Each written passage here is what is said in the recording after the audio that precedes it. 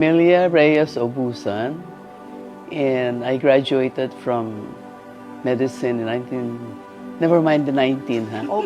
Okay, from FEU. So, I did have a very good medical education. Hindi ba, like you said, pag sinabi mo mega dosing, overdosing na yun, ano? Pero this is a that's in a nutshell. What is an antioxidant? Okay, so the more antioxidants you have, the more your body can fight all the free radicals or the pollution that has gotten into your body. Yes. That's it. Once and for all, sa lahat ng may question in their head, once and for all, is mega dosing safe for your livers and for your liver and for your kidney? Yes, Yes, Yun, it is. yes. because it is not sodium chloride. Oh, okay. Sodium chloride is patis, salt, soy sauce. Ito ang nakakasira ng kidneys. Ang alkaline or sodium ascorbate is not sodium chloride. It is sodium ascorbate. Okay? Meaning alkaline to.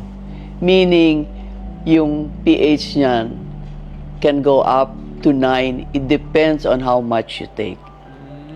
So yung ordinary 1 capsule is 7.5 already.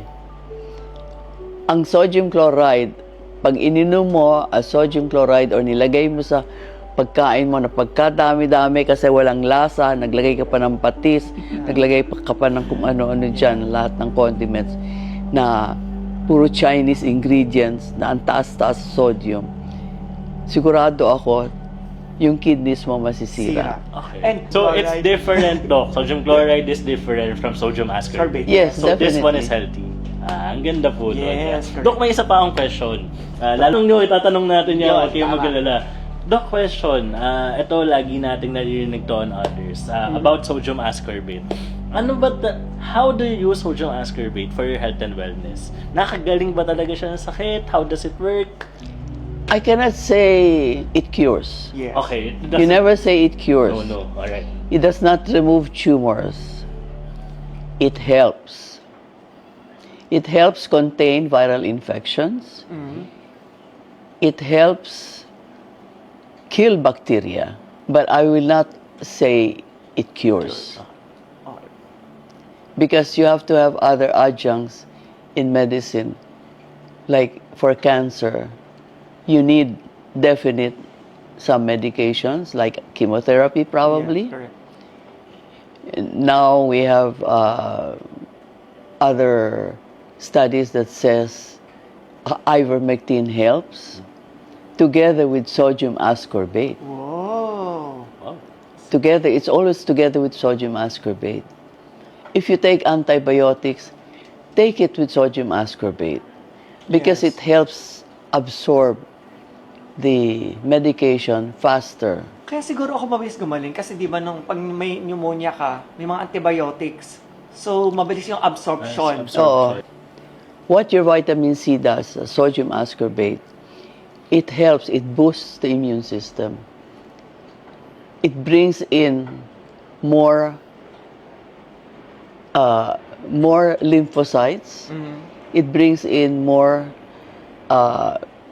cells from the spleen, from the liver, to help eradicate the disease. Wow.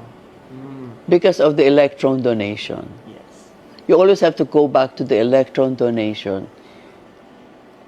And that is the core of antioxidant, the electron donors. Many people don't know this. Vitamin C lang naman yan eh. Totoo po yan. Yeah. Usually Lagi ganun. sinasabi Lalo nila. na Pero kasi pag sabi- inisip mo, pag tinignan mo yung the ability of the vitamin C to be able, how does vitamin C do this? As vitamin C only. How does it happen? Sabihin nila antioxidant, wala naman yan. Anong antioxidant?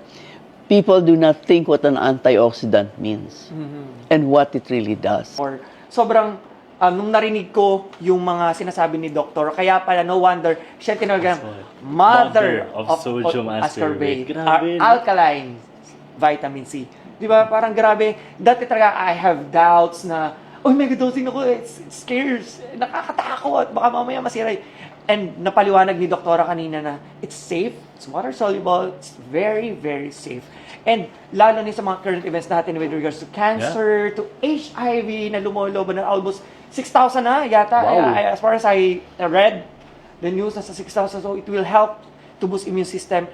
Diba? Paano ko po pwedeng inumin yung 24 alkaline sea? Paano ko siya pwedeng i-fit sa lifestyle ko po? Normally, 4 capsules 3 times a day. 4 capsules, 3 times a day. Bakit tama po? 4? Bakit 3 times a day? We have 24 hours, isn't it? We have to be protected 24 hours. Sodium ascorbate is water soluble. Like I said, when you take one, you sweat, you cry probably, you eat, you talk, you move your bowels, you urinate, you do all of these things that will bring out the water in you. And with it, vitamin C comes out. Your alkaline sodium vitamin C comes out. So, you have to take 4.